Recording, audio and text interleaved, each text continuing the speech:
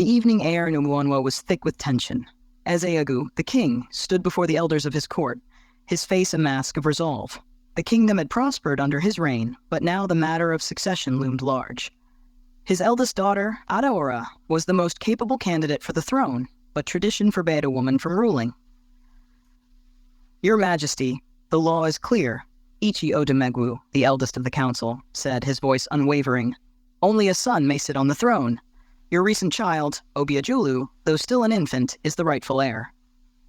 Ezeagu glanced at Adaora, who stood tall beside him, her eyes sharp and defiant. She had trained harder than any warrior in the land, proving herself in both strategy and combat.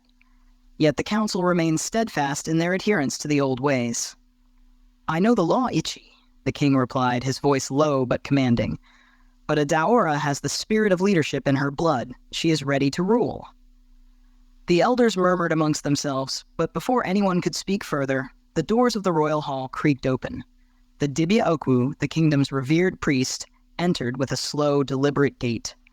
His presence silenced the room, for his words carried the weight of the spirit world. "I bring a warning," Dibia Okwu said, his voice echoing through the chamber. "The spirits have revealed a great storm approaching our kingdom. Only the one destined by the ancestors will survive and rule." A chill settled over the room. Adaora's gaze met her father's, a silent understanding passing between them. Her path to the throne was not just a matter of politics. It was a battle against fate itself. Rumors spread through Umuonwa like wildfire.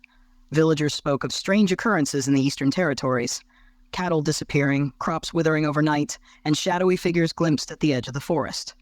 The fear in the air was palpable. Adaora knew that these were no ordinary troubles.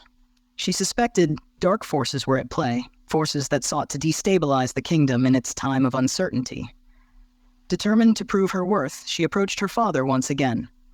"Father, let me investigate the disturbances in the east," she urged.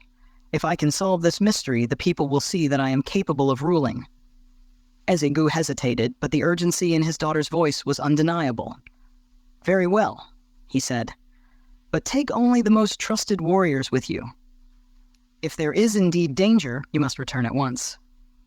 Adaora set out with a small group of seasoned fighters, her heart heavy with both anticipation and fear. As they traveled deeper into the eastern lands, the atmosphere grew darker, more oppressive. The trees loomed overhead like ancient sentinels, their branches twisted and gnarled. One night, as they made camp, a strange fog descended upon them. From the shadows, a figure emerged, Onwubiko, the exiled sorcerer of Umuonwa. His face was gaunt, his eyes glowing with malevolent energy. "Ah, the princess," Onwubiko sneered. "Come to claim your birthright? You'll find it harder than you think.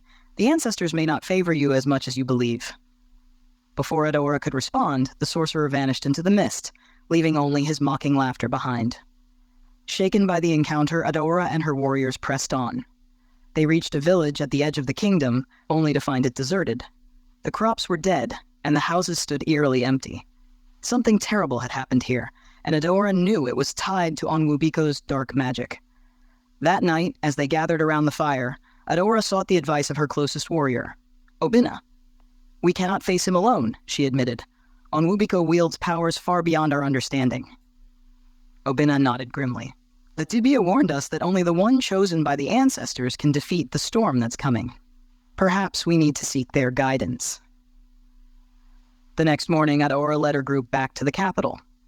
Upon returning to the palace, she went straight to Dibia Okwu, seeking his counsel. The priest, deep in thought, prepared a sacred ritual to call upon the spirits of the ancestors. As Adaora knelt before the sacred fire, Dibia Okwu's chanting filled the room. The flames flickered, and suddenly a voice echoed in Adaora's mind, soft but powerful. "Your battle will not be won with strength alone, daughter of kings. The spirits are restless. You must balance the living and the dead to restore peace." The cryptic message left Adaora troubled. She knew that time was running out, and that the forces threatening Umuonwa were growing stronger by the day. Word spread quickly through the kingdom that Onwubiko was raising an army of the dead. The once exiled sorcerer had tapped into forbidden powers, summoning the spirits of those long gone to serve his dark purpose. Fear gripped the people, and even the elders, once staunch in their beliefs, now questioned the stability of the kingdom.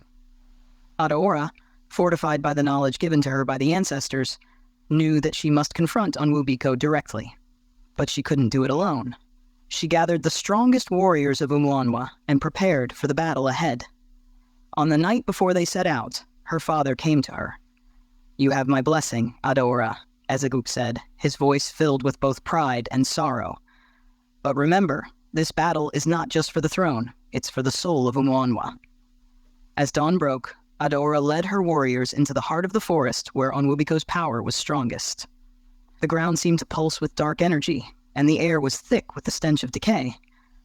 They approached a clearing where the sorcerer awaited, his army of the dead at his side. "You are too late," Onwubiko sneered. "The ancestors have forsaken you." Adaora stepped forward, her heart pounding. "I fight not just for the throne, but for the balance of this world and the next." With those words, the battle began. The clash between Adaora's warriors and Onwubiko's undead army was fierce and chaotic. Swords clanged, and the air buzzed with the hum of dark magic. But as the battle raged on, Adaora remembered the words of the ancestors. She couldn't win through force alone. In the midst of the chaos, Adaora called out to the spirits of the ancestors. Her voice was strong, her plea sincere. "Ancestors, I am your daughter. Help me restore the balance." A sudden gust of wind swept through the clearing, and the spirits of Umuanwa's ancestors appeared, glowing figures of past kings, warriors, and priestesses. They joined the fight, turning the tide in Adaora's favor. Onwubiko, realizing his defeat, attempted to flee, but the spirits surrounded him. In a final burst of light, the sorcerer was consumed by his own dark magic, vanishing into nothingness. As silence fell over the battlefield, Adaora stood victorious. The army of the dead faded into the earth, and peace returned to Umuanwa.